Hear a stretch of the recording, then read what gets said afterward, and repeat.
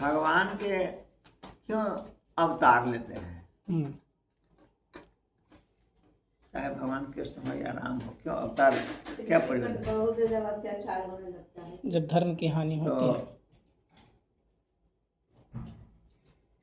इसी प्रसंग में सुखदेव गोस्वामी से, सूत गोस्वामी से सौनक ऋषि जितने थे वो प्रश्न करते हैं, भागवत के पहला स्कंद के पहला अध्याय के 18वां श्लोक, 1-1-18 याद रखना चाहिए। 1-1-18, 1-1-18 का मतलब हुआ पहला स्कंद पहला अध्याय 18वां श्लोक। अथ आस्थाई हरे धीमाना अवतार कथा शुभ लीला विद्युत स्वैराजन ईश्वरस्य आत्मया। हे बुद्धिमान करके हमसे भगवान के विविध अवतारों का दिव्य लीलाओं का वर्णन करें। परम नियंता भगवान के जैसे कष्ट साहसिक कार्य तथा उनकी लीलाएं उनकी अंतरंग शक्तियों द्वारा संपन्न होती है, वह कथाएं हमको बताइए। कहने का मतलब दूसरी तरफ सुखदेव गोस्वामी राजा परीक्षित से कि भागवत के दूसरे स्कंध के पहला अध्याय के दूसरा श्लोक में श्रोतव्य आदि राजेंद्र निर्णाम स्मरन्ति सहस्त्रशः अपश्यतम आत्मतेज त्वयं गृहेषु गृहमेधिना। भौतिक व्यक्ति के लिए जो परम आवश्यक, जो आवश्यक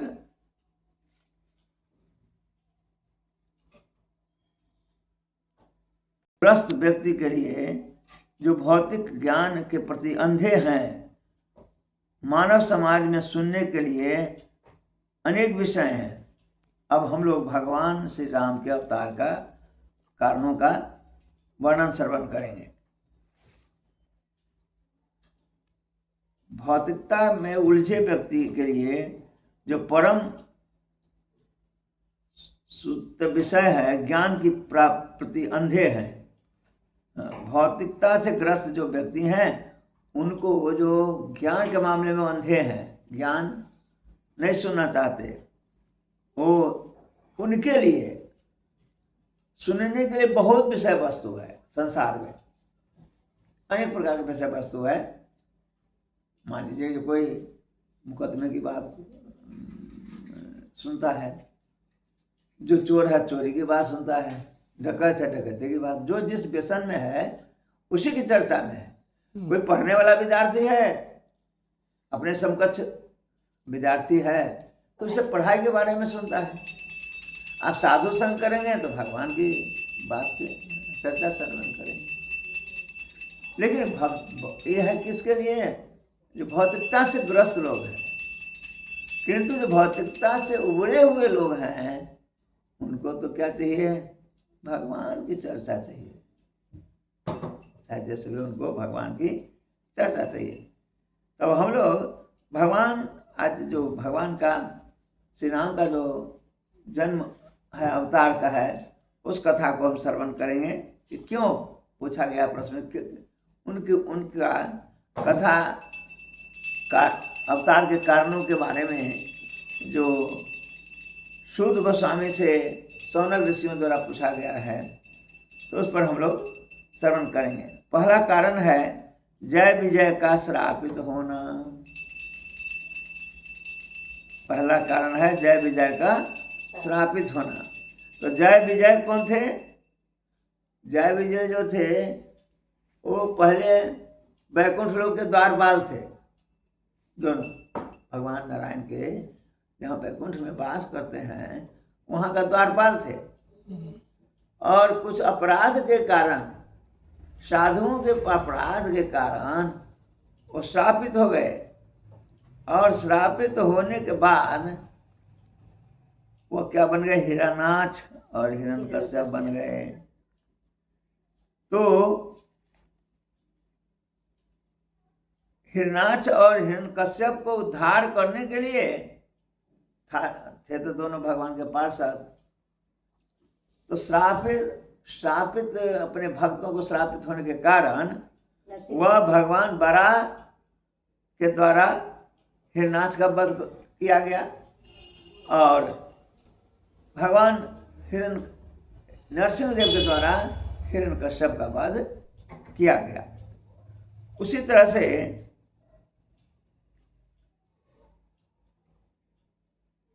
से रावण और कुंभकर्ण, रावण का वध करने के लिए किसको आना पड़ा? भगवान श्री राम को आना पड़ा।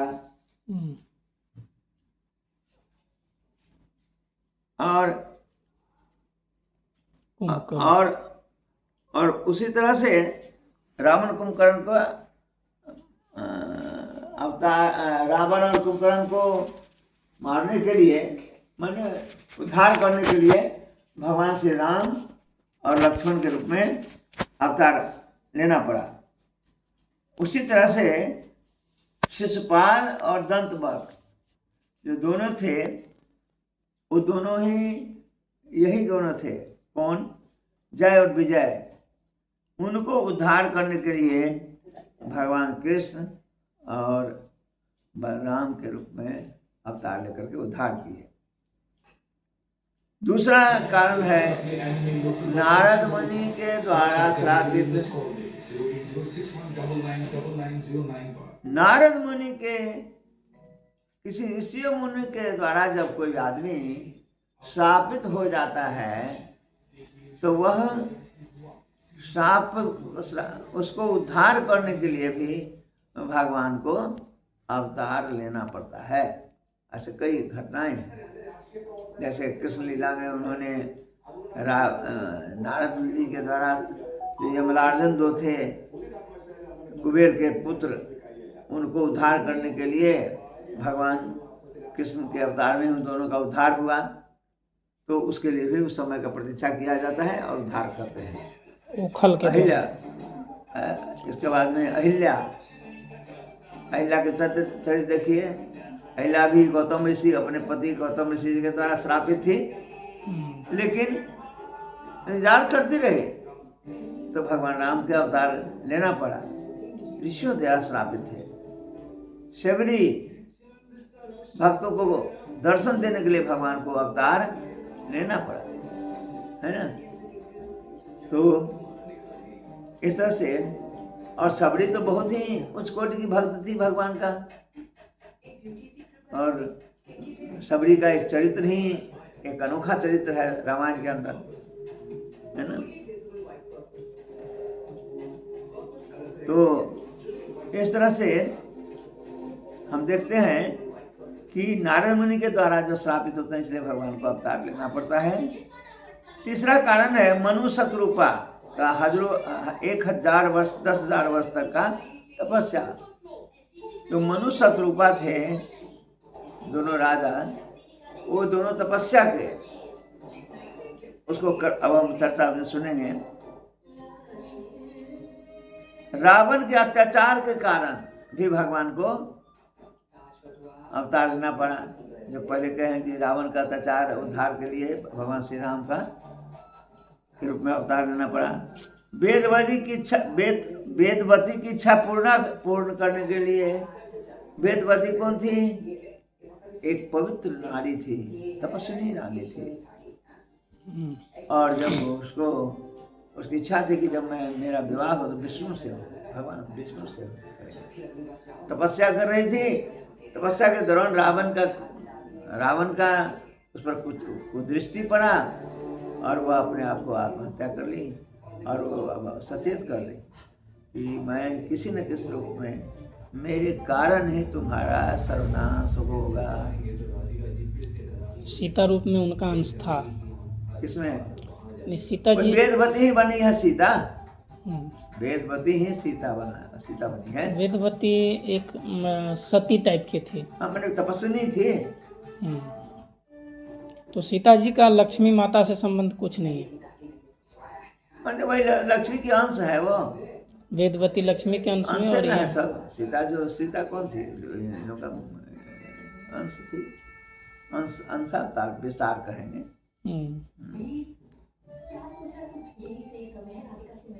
तो वेदवती की इच्छा पूर्ति करने के लिए, तो आज हम लोग भगवान राम के अवतार का वर्णन सुनेंगे, जिसके बारे में तुलसी जी कहते हैं जो राम कथा सुनता है वह, राम कथा सुनने से क्या होता है, इसके बहुत ज़्यादा महात्मा है। चाहे भगवान का कोई भी कथा हो, राम कथा हो, भागवत कथा हो, कोई भी कथा हो, सब अपने आप में इतनी ज़्यादा शक्तिशाली है कि श्रवण जो है, श्रवण करने मात्र से जीव का उद्धार हो जाता है। तो तुलसीदास कहते हैं, मूक हो बचाल पंगु चंद गिरवर ग्रहण, जासु कृपा सो दयाल चंद्र बरस लो विमल बदन। कि जो मूक है, गूंगा है, वह भी अगर राम कथा सुनता है तो बौचाल माने बोलने लगता है, लंगड़ा है, पहाड़ पर चढ़ जाता है, जिस पर रामचंद्र की, भगवान रामचंद्र का कृपा बरस जाता है। ये है राम कथा का, राम कथा का अनेक वर्णन जितना किया जाए उतना ही कम है। भगवान कहा गया है, संसार में अगर आपको जीवन यापन करना है तो भगवान श्री राम के लीलाओं से सीख करके वैसे जीवन यापन करना चाहिए। तो रामायण हमको वर्तमान जीवन में जीना सिखाता है, और भागवत जो है और गीता जो है वर्तमान जीवन से निवृत्त होकर के पुनः अगला जीवन में जाना सिखाता है। यही बहुत बड़ा रहस्य है, कैसे जाया जाए गीता से हम सीख सकते हैं, भागवत से सीख सकते हैं, कैसे हमको इस संसार में जीवन यापन करना है एक मनुष्य की तरह। हम भगवान के चरित्र से हम सीख सकते हैं। टोटली मनुष्य पुरुषोत्तम, इसलिए कहा गया भगवान श्री राम को पुरुषोत्तम, पुरुषों में जो श्रेष्ठ हो वही पुरुषोत्तम है। और भगवान श्री कृष्ण को लीला पुरुषोत्तम कहा गया, लीला पुरुषोत्तम। उनकी लीलाएं इतनी अद्भुत सब है, अगर आदमी उनकी लीलाओं को सुनता है तो उसका कल्याण हो जाता है। औषधि है एक प्रकार का, सब औषधि है। इस शरीर से लेकर के आत्म कल्याण के लिए ये सब औषधि है। बाकी औषधि है शरीर के लिए, लेकिन हम भगवान का कथा, भगवान का नाम, भगवान का प्रसाद, भगवान की चर्चाएं, ये सब आत्म कल्याण के लिए। जब हमारा आत्मा ही रुग्ण रहेगा तो हमारा कल्याण कैसे होगा, है ना। इसलिए हमको ये सब चर्चाएं सुनना चाहिए, और ये चर्चाएं से सुनते ही एक प्रकार से मनुष्य जीवन का एक फाउंडेशन है, नींव है। ये मनुष्य जीवन का नींव समझिए। अगर यह नहीं है जिसके जीवन में, ब्राह्मण संस्कृति जीवन में नहीं है, तो पशुवत लाइफ है, चौपाया। उसको हम चौपाया पशु से ज्यादा कुछ भी नहीं कह सकते। वह पवर्ग लाइफ में जीवन यापन कर रहा है। एक होता है अपवर्ग, एक होता है पवर्ग। प फ ब भ म। प से परिश्रम, फ से फेल्यूर, ब से व्यर्थ, ब से व्यर्थ, भ से भयभीत, और म से मृत्यु की चिंता। तो इसको कहते हैं पवर्ग जीवन।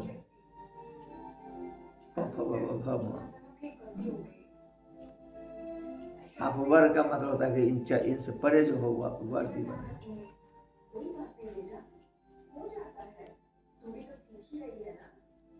दूसरा, उसी तरह से गीता में भगवान कहते हैं कि जन्म कर्म दिव्यम च यो यो ये वेति तत्वतः त्यक्ता देह पुनर्जन्मं नैति मामेति सो अर्जुनम। हे अर्जुन, जो मेरे दिव्य जन्म को, मेरे दिव्य कर्म को मात्र जान लेता है, वह पुनः इस संसार में जन्म मृत्यु के चक्कर में नहीं फंसता। कितना बड़ी भगवान छूट दे रहे हैं मनुष्य जीवन के लिए, कितना बड़ा छूट है। हम लोग उस बात को नहीं समझ पा रहे हैं, हम कथा से भागते हैं। अगर भगवान कहते हैं कि जन्म कर्म दिव्यम च, जो जान लेता है, कैसे जानेंगे भगवान के दिव्य जन्म का, भगवान के दिव्य कर्म का, तो हम कैसे जानेंगे? बिना सुने हुए तो नहीं जानेंगे। सुनकर जानेंगे, सुन करके जानेंगे। तो सुनने का मतलब वो श्रवण क्रिया। तो 9 प्रकार की जो भक्ति है उसमें प्रथम भक्ति श्रवण है ना है। हाँ, नवदा भक्ति का एक पाठ है। पाठ मैंने प्रथम तो श्रवण है, और सबसे ज्यादा इम्पोर्टेंस है श्रवण। जब तक आप श्रवण माने आप श्रवण क्रिया, तो चाहे मटेरियल फील्ड हो या स्पिरिचुअल फील्ड है, दोनों में इम्पोर्टेंस है। विद्यार्थी अगर जब तक श्रवण नहीं करेगा तब तो क्या सुनेगा, समझता है क्या? श्रवण जरूरी है, श्रवण जरूरी है। श्रवण से ही उनकी हमारी मानसिकता बनती है। जैसा सुनते हैं वैसी मानसिकता बनती है। नहीं, जो सुनते हैं वैसा ही ना थॉट हो जाता है। तो अगर भगवान राम कथा सुनेंगे, भगवान के बारे में समझ, भगवान कहते हैं जो मेरे दिव्य जन्म को, मेरे दिव्य कर्म को जो जान लेता है, सुन लेता है अर्जुन, वो पुनः इस संसार में नहीं फंसता। अब इस पर हम लोग का ध्यान ही नहीं है। जो हम लोग दिन रात जो कर रहे हैं, सत्संग कर रहे हैं, आप इन वस्तुओं को अनदेखी अनसुनी कर रहे हैं, तो अपने पैर पर कुल्हाड़ी मार रहे हैं। आप पुनः निम्न जोनी में, निम्न लोक में जाने के लिए स्वतः अपना तैयारी कर रहे हैं। थोड़ा सा समय निकालना है, भगवान के इस दिव्य नामों का चर्चा को सुनना है। जैसा श्रवण करेंगे वैसा ही चिंतन आपका होगा। सुनते हैं तब ना चिंतन करते हैं। आप मान लीजिए सुनने की बात करते हैं कि नहीं? आपसे कभी कभी ऐसा होता है कि किसी से आप वार्तालाप करते हैं, तब सोने के बाद सपने में भी वही वार्तालाप कभी कभी रिफ्लेक्ट बहुत बार, है ना? कैसे आप मान लीजिए जो यंगस्टर हैं, यंगस्टर कोई युवक है, अगर किसी युवती से अगर बात करता है, तो स्वाभाविक बात है उसको सपने में भी वही बात वो सोचने लगेगा। सोचते सोचते वो कन्वर्ट हो जाएगा स्वप्न में, और उसकी चेतना जो है वह चेतना में उसके प्रति सोचना शुरू कर घूमने लगता है। तो जब ऐसा संभव है, तो अगर हम राम के बारे में सुनेंगे, कृष्ण के बारे में सुनेंगे, तो हमारी चेतना वैसे जाएगी कि नहीं जाएगी? यही तो बात भगवान कर रहे हैं। मेरे दिव्य जन्म को, मेरे दिव्य कर्म को जो जान लेता है, सुन लेता है, हे अर्जुन, उसका उद्धार हो जाता है।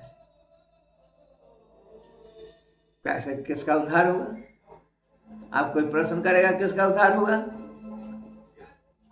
आप देखिए ना,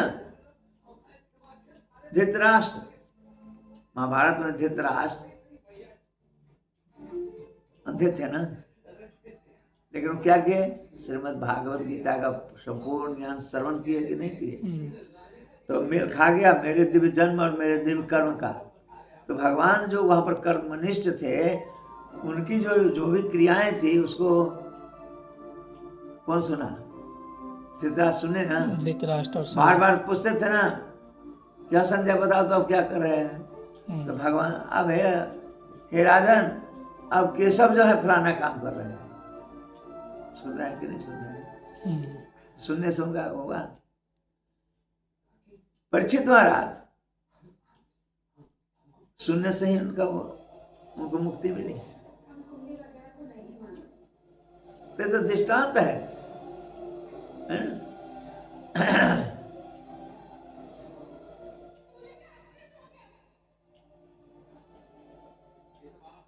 जो मेरे द्विज तुलसीदास कहते हैं, बरबस राज सुतही तब दिन्हा, नारी नारी समेत गवन बन दिन्हा, तीर्थ पर नामिस विख्याता, अति साधक दे दाता। अपना राजपाट अपने पुत्र उत्तानपाद को, प्रियव्रत को सौंपा। अब ये जो मनु शत्रुपा थे, दोनों राजा, वो बूढ़े हो गए थे। चौथापन में उनका प्रवेश हो गया था। कान के बाल पकने शुरू हो गए थे। किनका? मनु महाराज का। प्रथम प्राणी थे मनुष्य में, जिसके वंशज हम लोग हैं, मनु महाराज, शंभु मनु। तो उनके दो पुत्र थे, उत्तानपाद और क्या नाम है, प्रियव्रत। दो उनके पुत्र थे। मन में आया कि बहुत दिन तक राज कर लिया है, अब मेरा चौथापन आ रहा है, भजन कब करेंगे? क्यों ना दोनों प्राणी विचार किए कि चलो अब राजपाट को छोड़ो, अब तपस्या करते हैं भगवत प्राप्ति के लिए। उनको क्या कमी था? कोई चीज का कमी था क्या? राजा थे, थोड़ा सा भी आसक्ति नहीं हुए, और दोनों ने तत्क्षण भगवत प्राप्ति के लिए घर बार छोड़ दिए। और